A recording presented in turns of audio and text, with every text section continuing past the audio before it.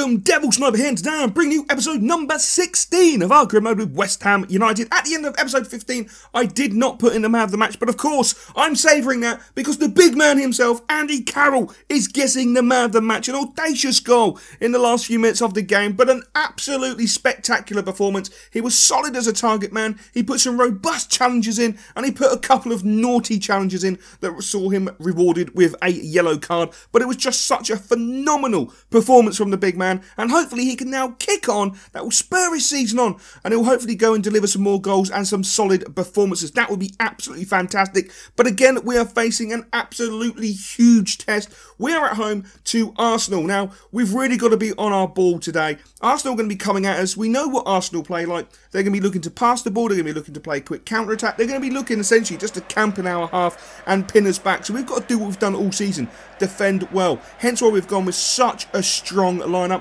Kevin Nolan is going to be playing in the cam position. He's going to be doing, hopefully, an old head job in there.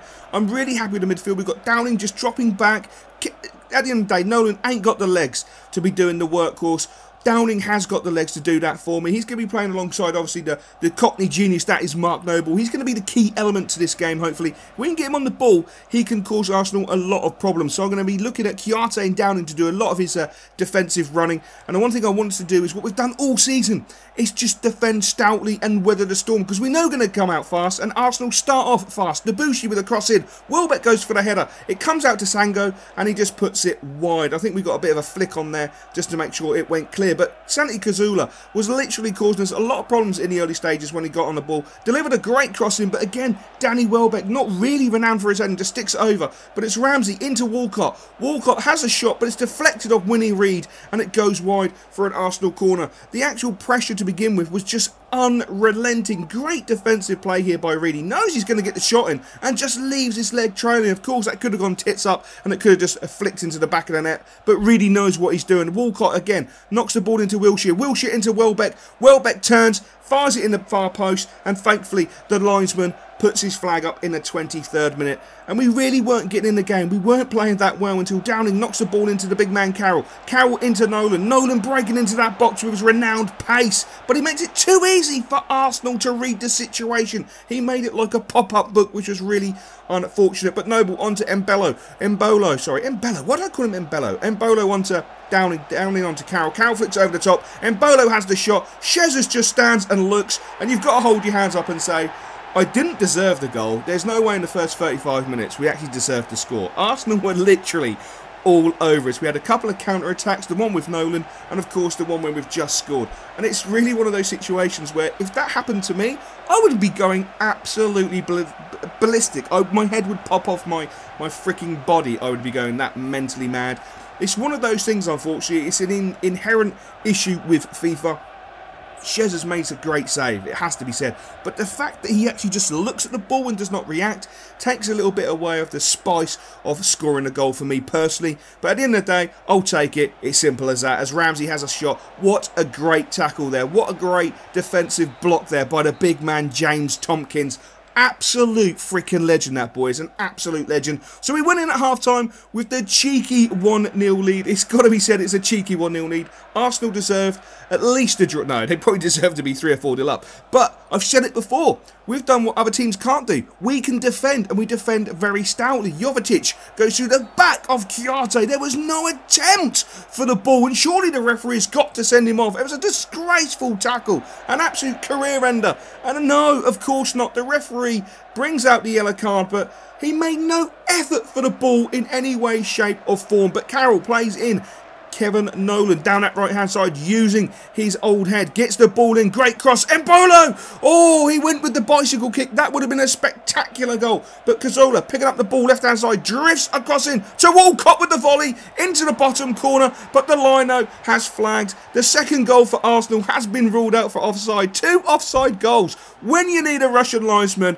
we've got them. Absolutely fantastic. But a great ball from Chiarte into Nolan. Nolan into the Arsenal box. One-on-one, surely. No, Shezers gets a great touch on it and Nolan puts it wide. We've got to bury those chances. Absolutely got to bury them. They're the ones that could cost us European place at the end of the season. But thankfully, we do hold on for those final few minutes and we do come away with a deserved 1-0 lead. And the man of the match for me has to be Brill Donald Embolo. He played sublimely, absolutely tireless running. The boy is an absolute revelation. I can't believe how good he actually is. But some good news at long last. Sacco is coming back. He's going to be joining us for some training, which is fantastic. So he's still a little bit away. But it's such a good boost for the lads. That really is such a good boost. And again, a big game coming up at home at the Bowland against Manchester City. The lineup slightly changed. We're going up top with Poulsen and Carroll. And Bolo's going to be playing in the cam role. We've got Noble, Leggett, Chiarte, Krezers, Collins, Reedy, Matthews, and of course Adrian in goal. We've got Mullin on the bench with Bastos. They're the ones to look out for. Hopefully they can start progressing and breaking their way into the first team would be really nice. I've got high hopes for the young lad Mullin. But City coming with a very strong side. Obviously Reckitt has gone back to City from PSV and they held on to him. He looks like he's been a really good defender this season. But our current form guide is not too bad. 4 victories, 42 points, sitting top of the table, which is absolutely sensational. And before we go any further, I want to speak about that actually. Regarding the upgrade to Legendary, that is actually coming. I'm not sure which episode that will take place in, but it is coming. I have already started to record in Legendary, as for some reason on World Class, we just seem to be taking the George Michael and nicking victories. I'm a little bit concerned with Legendary. Obviously, if we're only winning sort of 1-0 or 2-1 on World Class, that could turn into well, into some losses, but we'll just have to wait and see. I'm pretty confident with the team I have, the formation we're playing, that we can do the job on Legendary. I just hope my skills match my gob there, to be honest. But anyway, as you can see, it was Manchester City. We're so renowned for starting off so slow. It's really frustrating. But a great ball from Noble into Embolo. A delightful chip over the top into Yusuf Poulsen on that right-hand side. Goes for the fake shot, tries to do the Ronaldo chop inside, but it was easily read by Manchester City. A really simple read, really. He tried to be a bit too flashy, which is a bit of a shame. But City coming down that left-hand side, they looked really sharp, really bright, really wanted to take the game to us. Milner getting out there, doing a great job, knocking the ball inside, and the ball comes to Aguero. He has a lot of space, a lot of time, but he doesn't find the back of the net. He thankfully finds the post. He just drifted into space. We didn't pick him up, and as you can see, we're still defending really well. We've got that nice line of defenders. We're defending stoutly, but City were bombarding us. Clichy breaking in, knocks the ball to Khedira. Khedira just fires it in at the near post to give City a 1-0 lead in the 45th minute. Great play there by Clichy. A little bit defensively, we were sloppy, really didn't read the situation, ran off the pitch, had a cup of tea, came back, and unfortunately Khedira had scored by that time, which is a little bit disappointing. So we were hoping to pick up an equaliser before the half-time. It wasn't meant to be. It wasn't going to happen. We had to go in at half-time trailing to that 1 goal from Khedira. We've done so well in the first half to hold them off and create some really good chances. It's just one of those things, and I just wanted to make sure that we could do the business. But unfortunately, I had to make a substitute. Noble picked up a slight knock, and I didn't want to risk playing him on. Leggett looked absolutely knackered. He was getting run ragged all over the place, and I decided it's time for Mullin to come on. Give him some minutes on the pitch. We haven't really got too much to lose. We haven't got the greatest depth, which is a little bit concerned, especially with Noble with a possible injury. We'll just have to wait and see how that pans out. But Mullin is a player to definitely look at. I mean, the skills and silkiness of this lad is sensational. Beautiful ball into Chiarte. Chiarte looked to play in use of Poulsen. Poulsen just literally misread the situation, went to the left, the ball went down the middle, and it wasn't very good. Creswell playing a nice ball into Poulsen. Poulsen with that beautiful Ronaldo chop into the box, got taken out, and the referee didn't decide to award a penalty. I thought it was going to be a close decision, but he did clearly get all the ball. But Embolo picking up that ball, battering through the Manchester City player and winning the throw-in, which was absolutely sensational, showing some real true passion. And again, throw him back there, and City just knocking the ball out. They were starting to understand the pressure they were under. Chiarte picking up that ball, knocking it into Embolo. Embolo with a shot that just drifts wide of that far post. That would have been a beautiful goal, but it was not meant to be, as Poulsen picking up that ball,